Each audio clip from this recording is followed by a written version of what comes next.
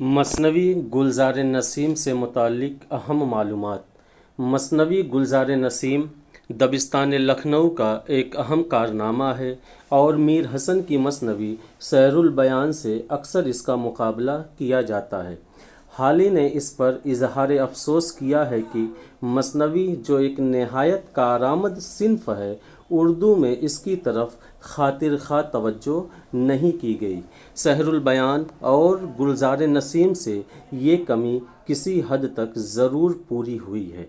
مثنوی سحر البیان پنڈت دیا شنکر نسیم کی لکھی ہوئی ایک عشقیہ مثنوی ہے جو قصہ گل بقولی کے نام سے مشہور ہے۔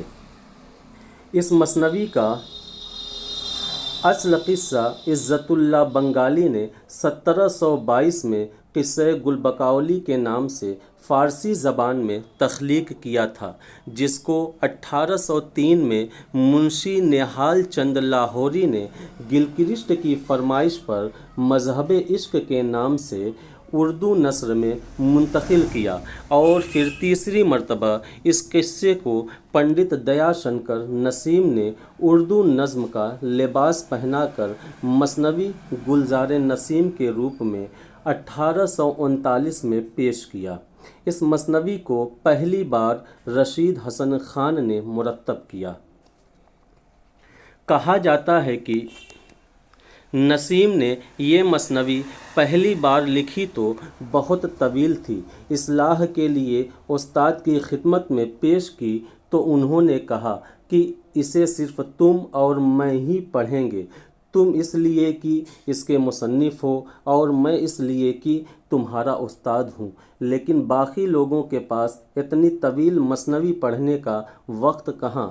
استاد کی یہ بات نسیم کے دل میں اتر گئی اور انہوں نے بڑی محنت سے اسے مختصر کر دیا۔ مختصر کرتے وقت بہت سی باتوں کو رمز و کنایے میں بیان کرنا پڑا، جس نے اس کے حسن کو دوبالا کر دیا۔ اس مثنوی کی سب سے اہم خصوصیت رعایت لفظی کا کثرت سے استعمال ہے اور اس میں اختصار پایا جاتا ہے۔ مثنوی میں آورت کا انداز پایا جاتا ہے، لیکن زبان کی برجستگی نے اسے آمد کے قریب کر دیا ہے۔